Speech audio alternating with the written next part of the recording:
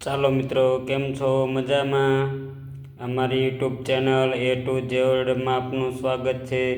આજે મિત્રો આપણે જે બાળકો 5મા ધોરણમાં ભણે છે અને નવોદયની તૈયારી કરે છે એવા બાળકો માટે આપણે છે એ પ્રકરણ 5 સમાન સંબંધ આકૃતિવાળા પ્રશ્નો છે આપણે જોવાના છે. અગાઉના વિડીયોમાં આપણે પ્રકરણ 5ના 1 થી 40 સુધીના સ્વાધ્યાયના પ્રશ્નો જોઈ ગયા છીએ.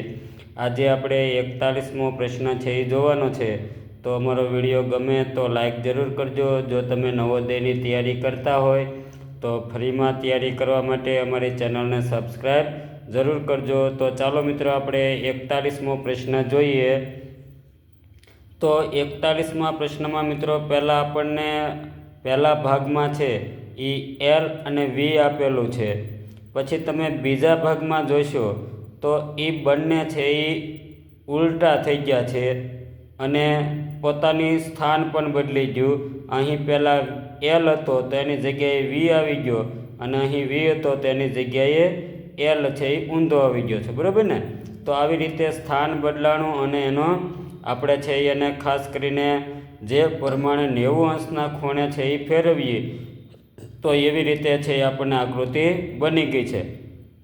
તો આ આકૃતિને જેમ આપણે 90 અંશના ખૂણે છે ફેરવી, બરાબર ને, તો 180 અંશના ખૂણે ફેરવી, તો એવી જ રીતે આપણે આને પણ 180 અંશના ખૂણે ફેરવીએ તો પહેલાં સી છે એને જગ્યાએ પી હોવો જોઈએ અને પીની જગ્યાએ સી હોવો જોઈએ. બરાબર ને? અને આને આપણે 180 અંશના ખૂણે ફેરવીએ એટલે પી છે એ નીચેની તરફ વળાઈ જશે અને આ છે એ આપણે આ બાજુ છે એ ઊંધો છે એ થઈ જવો જોઈએ. તો એવી રીતે આપણને આકૃતિ મિત્રો ક્યાં દેખાણી છે? તો કે અહીં. બરાબર ને?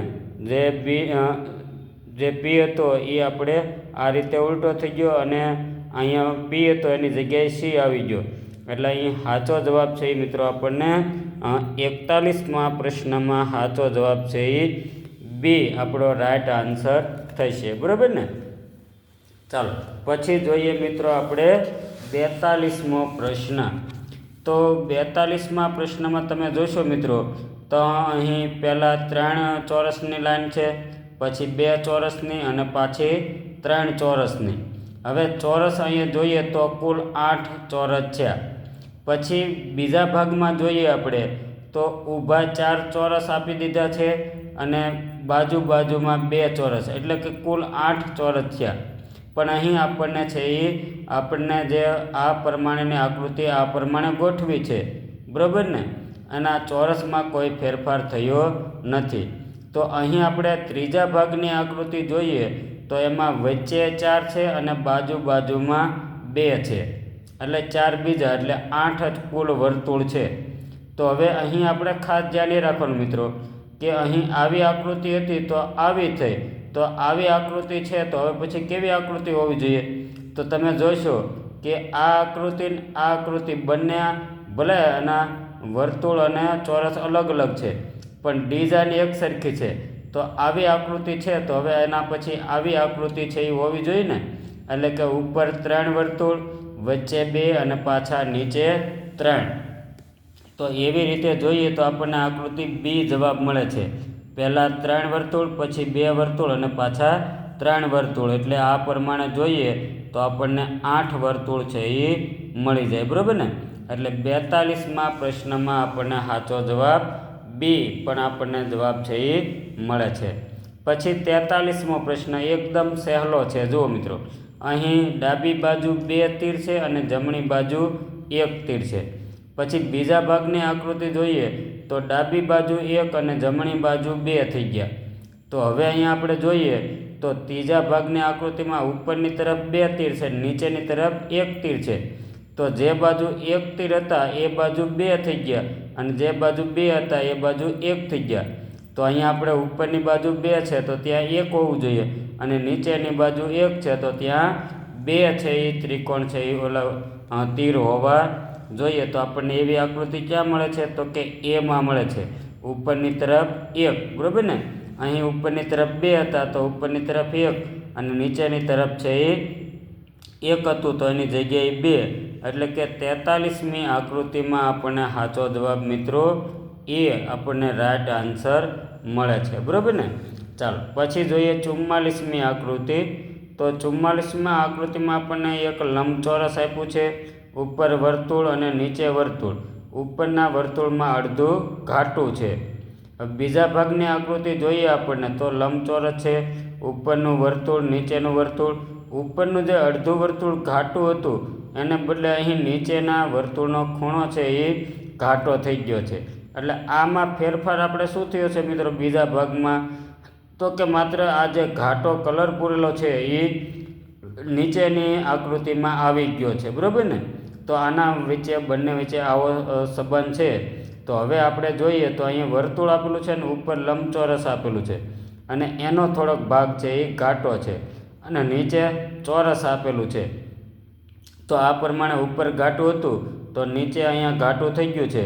તો આપણે આ જ પ્રમાણે છે એ ચિહ્ન આકૃતિ તો એ જ હોવી જોઈએ, પણ શું થવું જોઈએ તો કે આ ચોરસ છે એનો ખૂણો છે એ ઘાટો કરેલો હોવો જોઈએ.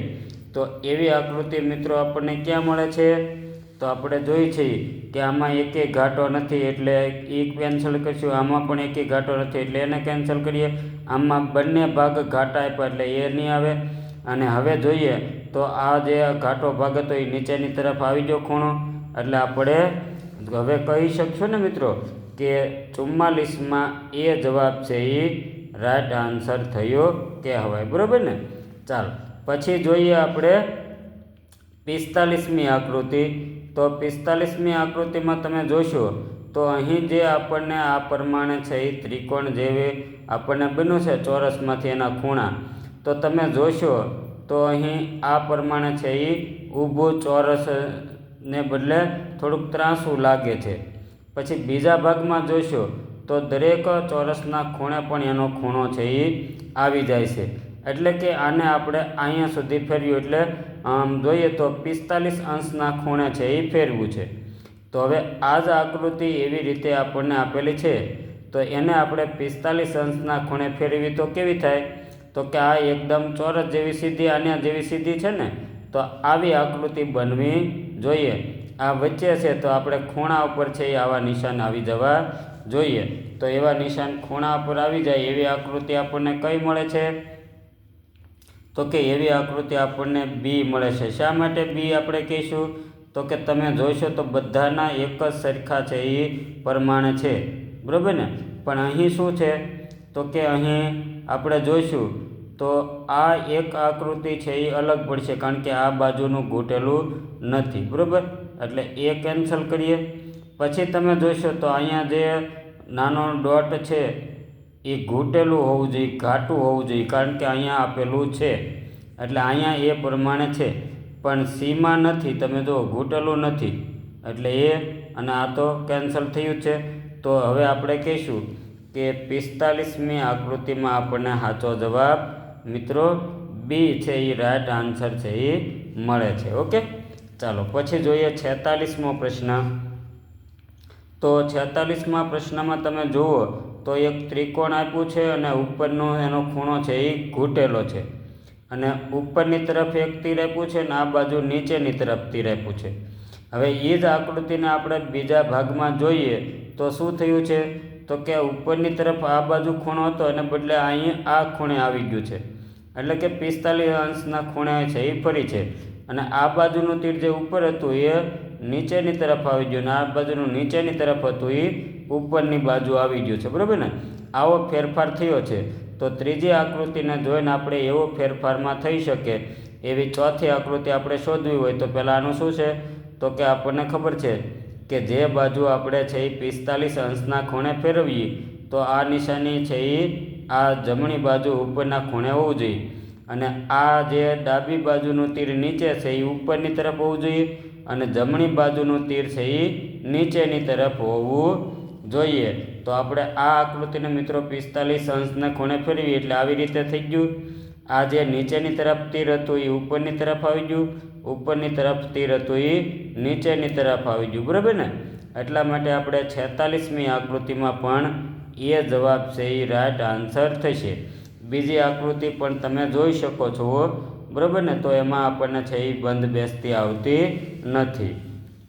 પછી 47મી આકૃતિમાં જોઈએ તો અહીં વર્તુળ અને વચ્ચે બે આપણને છે એ લીટા દોરેલા છે. પછી તમે જોશો વર્તુળ છે અને વચ્ચે 3 લીટા દોરેલા છે, એટલે કે એક લીટાનો છે એ વધારો થયો. તો અહીં આપણને લંબચોરસ આપ્યું છે અને વચ્ચે 2 લીટા આપ્યા છે. તો આપણે આકૃતિમાં કોઈ ફેરફાર કરવાનો નથી, માત્ર એક લીટો વધારવાનો છે, બરાબર ને. આને કરતાં એક લીટામાં વધારે, તો આપણે હવે આવી આકૃતિ ગોતીએ અને એક લીટો વધારે કરીએ, એટલે કે લંબચોરસની અંદર 3 લીટાવાળી આકૃતિ હોવી જોઈએ.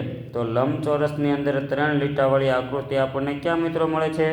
તો કે આપણને બી જવાબ છે એ મળે છે. એટલે કે 47માં આપણે છે એ બી જવાબ છે એ રાઈટ આન્સર કરીશું.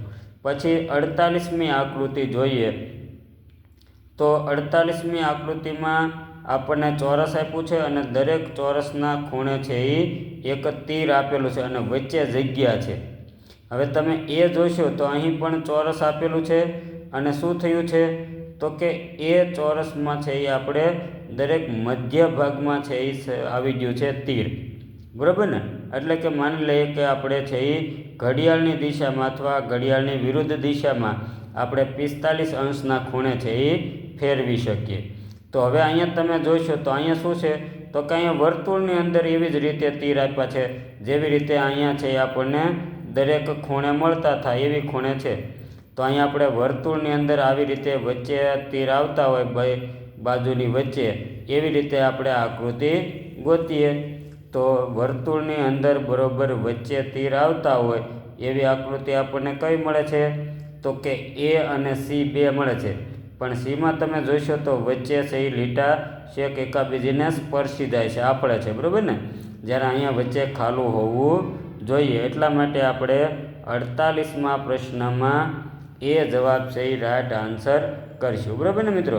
અહીં હું છે એ ખરાની નિશાની કરું છું, પણ તમારે તમારી OMR શીટમાં જે પણ વિકલ્પનો આપણે હોય એનો અક્ષર તમારે ઘાટો કરવાનો છે. હું અહીં તમને દેખાય એટલા માટે રેડ બોલ પેન વાપરું છું, પણ તમારે મિત્રો પરીક્ષામાં રેડ બોલ પેન વાપરવાની નથી. તમારે માત્ર બ્લુ કે બ્લેક બોલ પેનનો જ ઉપયોગ કરવાનો છે. ખાસ ધ્યાન રાખવાનું મિત્રો, ભૂલાઈ ના જાય, બરાબર ને. ચાલો પછી જોઈએ આપણે 49મો પ્રશ્ન. તો 49મો પ્રશ્ન જોશો તો આપણને એક અહીં એક ચોરસ આપેલું છે, લંબચોરસ, બરાબર ને, કે જે એના ખૂણા છે એ આપણને આવી રીતે છે એ ત્રાસું જોવા મળે છે. હવે પછી એમાં શું થયું છે તો કે અહીંયા 1 2 3 ને 4 ખૂણા હતા, એટલે 4 લીટા છે એ દોર્યા, ચોકડી પડી ગઈ, બરાબર ને, 4 ભાગ થઈ ગયા. તો હવે અહીંયા આપણે જોઈએ તો કેટલા છે તો કે 1 2 3 4 5 ને 6 ખૂણા છે. તો આવી જ રીતે 6 ભાગ છે એ પડેલા હોવા જોઈએ. તો એવી રીતે 6 ખૂણાવાળી આકૃતિમાં 6 ભાગ પડ્યા હોય એવી કઈ આકૃતિ છે મિત્રો? તો કે અહીંયા જોઈને તરત તમે કહી શકશો કે સી જવાબ છે એ રાઈટ આન્સર થવો જોઈએ, બરાબર ને. ચાલો પછી જોઈએ 50મી આકૃતિ. તો 50મી આકૃતિમાં તમે જોશો તો અહીં નીચે તીર અને ઉપર છે એ વર્તુળ છે. હવે એનો જે છે આપણે જોઈએ તો એ વર્તુળ નીચે આવી ગયું અને તીર ઉપર આવી ગયું, એટલે કે આ આકૃતિને આપણે અહીંથી અહીં સુધી છે એ 90 અંશના ખૂણે છે એ આપણે ઘડિયાળની છે એ દિશામાં ફેરવી છે, બરાબર ને. તો આને જ આપણે ઘડિયાળની દિશામાં ફેરવીએ 90 અંશના ખૂણે. તો આ જે ખૂણા પર છે આપણને ત્રિકોણ જોવા મળે છે, એ કયા તો કે ડાબી બાજુ છે એ ઉપરની તરફ છે એ ત્રિકોણ છે એ જોવા મળવું જોઈએ. તો ડાબી બાજુ ઉપરની તરફ ત્રિકોણ ક્યાં જોવા મળે છે મિત્રો? તો કે ડીમાં જોવા મળે છે, બરાબર ને. એટલા માટે આપણે છે મિત્રો 50મી આકૃતિમાં છે એ ડી જવાબ છે એ રાઈટ આન્સર કરીશું, બરાબર ને. ચાલો મિત્રો 50 સુધીની આકૃતિ આપણે અહીં જોઈ છે. હવે ફરી પાછા આપણે આગલા વિડીયોમાં મળીશું, ત્યારે 50 પછીની મહત્ત્વની આકૃતિ છે એ જોઈશું. પણ હા, વિડીયોને લાઈક કરવાનું ભૂલતા નહીં. નવોદયની તૈયારી કરતા હોય તો ફ્રીમાં તૈયારી કરવા માટે અમારી ચેનલને સબસ્ક્રાઈબ કરજો. Thank you.